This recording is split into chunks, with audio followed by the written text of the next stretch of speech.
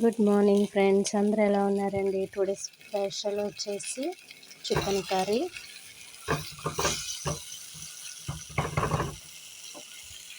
అలాగే పప్పు అండి. పప్పులో నేను ఇప్పుడు కొబ్బరి పాలు వేస్తానన్నమాట. చికెన్ కర్రీలో కూడా కొబ్బరి పాలు వేస్తానండి, చూసేయండి. పప్పు అయితే ఉడికింది కదా, కొబ్బరి పాలు అయితే వేస్తాను. సరే అండి, ఇది కొబ్బరి పౌడర్ అన్నమాట.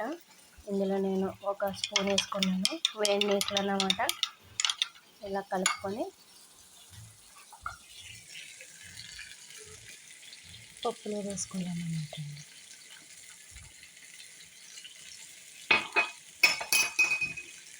పప్పులో వేసుకున్న తర్వాత దీన్ని ఇప్పుడు కొంచెం కొబ్బరి పాలు పచ్చివాసన పోయే వరకు ఉడకబెట్టాలన్నమాట. ఇది వచ్చేసి చికెన్ కర్రీ అండి. ఇందులో కూడా కొబ్బరి పాలు వేస్తాను, చూసేయండి.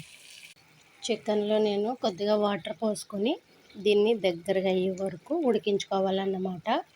ఇక్కడ వచ్చేసి పప్పు అయితే రెడీ అయిపోయిందండి. సరే, స్పైసీ లేకుండా పిల్లలకి పప్పు ఇలా వండి పెడితే చాలా ఇష్టంగా తింటారు. మీరు కూడా ట్రై చేయండి. పప్పు అయితే రెడీ అయిపోయిందండి. ఇప్పుడు కట్టేసుకుందాం. ఇది వచ్చేసి స్క్వీట్ ఫ్రై అన్నమాట అండి. స్క్వీట్ తెలుసు కదా మనందరికీ. స్క్వీట్ ఫ్రై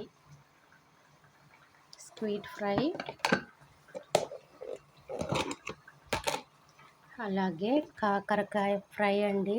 ఇది వచ్చేసి కాకరకాయ ఫ్రై చేసుకొని ఇందులోనే టమాటా, పచ్చిమిర్చి, కొద్దిగా బ్లాక్ పెప్పరు అండ్ ఒక నిమ్మబద్ద పిండుకొని ఇలా సలాడ్ కింద చేసుకోవాలన్నమాట. చాలా టేస్టీగా ఉంటుంది. పిల్లలు కూడా చాలా ఇష్టంగా తింటారండి ఇలా ఈ ప్రొసీజర్ చేస్తే కనుక. అలాగే వైట్ రైస్. ఈ కర్రీ వచ్చేసి పెసలు అన్నమాట అండి.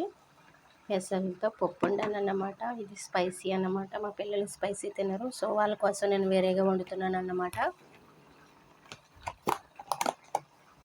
చూసారా అండి, చికెన్ అయితే గ్రేవీకి వచ్చేసింది అన్నమాట.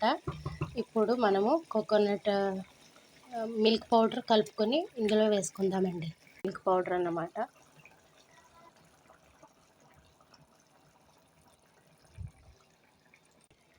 మిల్క్ పాలు వేసిన తర్వాత ఒక 5 నిమిషాలు ఉడికించుకుంటే సరిపోతుందండి. మా వీడియో కనుక నచ్చితే లైక్, షేర్, సబ్స్క్రైబ్ చేసుకోవటం మర్చిపోద్దు ఫ్రెండ్స్. Please support me.